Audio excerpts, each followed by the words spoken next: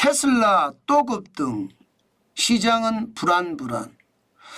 아니 테슬라 주가가 또 급등을 했다는데, 어제는 폭등을 했지만요, 오늘은 급등을 했다는데 왜 시장이 불안할까요? 야, 이거 뭔가 심상치 않은 게 꿈틀거리고 있는 것은 아닐까, 저는 그런 생각을 해봅니다. 지금 미국의 대통령 선거가 진행 중인데, 이 대통령 선거가 끝나고 나면 도대체 무슨 일이 기다리고 있을까요? 일단 말입니다, 경제 지표를 보면 무시무시한 게 다가오고 있다, 이런 생각도 듭니다. 무슨 얘기냐고요? 아니 미국이 금리를 내렸잖아요. 그런데 기준금리는 올라가요.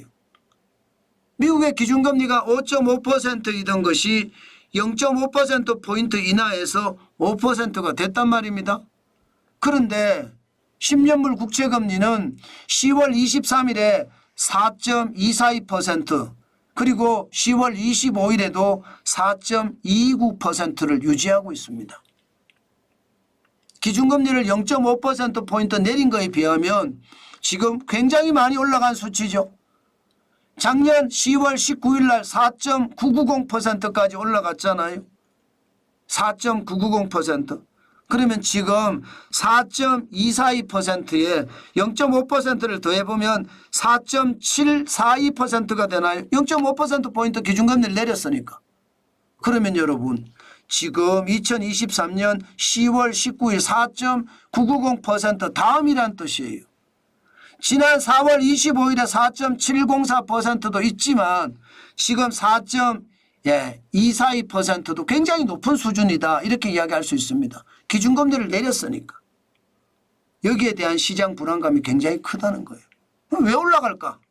국채금리가 왜 올라갈까? 이게 이제 중요한 요소잖아요.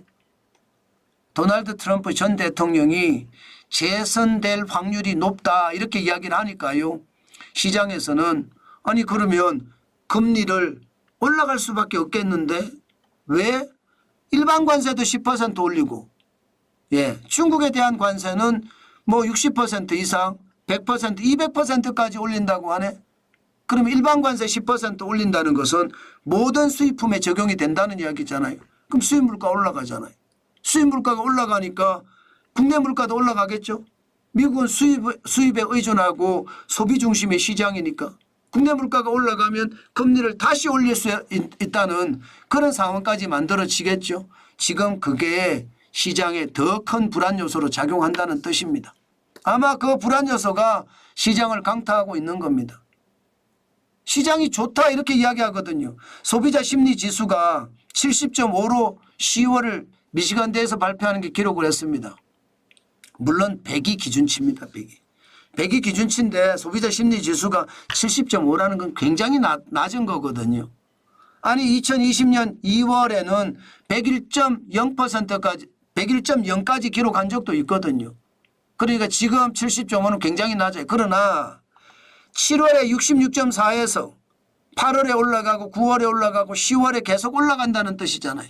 소비자 심리 지수가 개선된다는 것은 경제가 좋아진다는 신호, 분명히 신호가 그렇게 나오고 있어요. 물가도 말입니다. 물가도 10월에 단기 기대 인플레이션이 2.7%까지 떨어졌어요. 원래 이게 2.8%, 2.9%까지 올라간다, 그렇게 이야기하다 확정치는 2.7%까지 떨어졌단 말입니다. 다시 말해서 경제지표는 경기가 좋다로 나오잖아요. 경제지표는. 그런데 시장은 금리가 더 올라간다, 물가가 더 올라간다, 이렇게 나오니까 시장이 불안할 수밖에 없는 거죠. 당연히 불안한 것 같아요. 테슬라를 담당하고 있는 주가 아무래도 기술주 중심은 많이 올라갑니다. 오늘 올라갔습니다. 0.56까지 올라가서 103.12가 올랐고요. 장중 한때 나스닥은 또 사상 최고치 기록을 했습니다. 18,518.61로 마감을 했지만 장중은 사상 최고치를 경신을 했어요. 그만큼 기술주 중심의 대형주 계속 올라간다는 이야기거든요. 당연히 나스닥 종합지수 기술주 중심의 대형주가 올라가니까 테슬라도 보십시오. 오늘 테슬라 올라간 걸 보면 269.19입니다. 269.19면요. 거의 이 52주 신고가입니다. 52주 신고가. 그 정도로 테슬라 주가 지금 굉장히 많이 올라갔어요.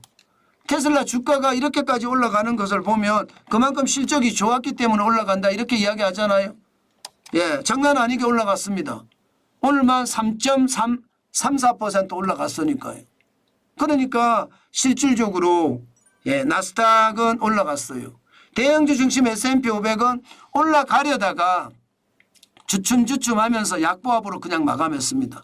0.03% 떨어졌고요. 1.74가 빠져서 5,808.12로 마감했습니다.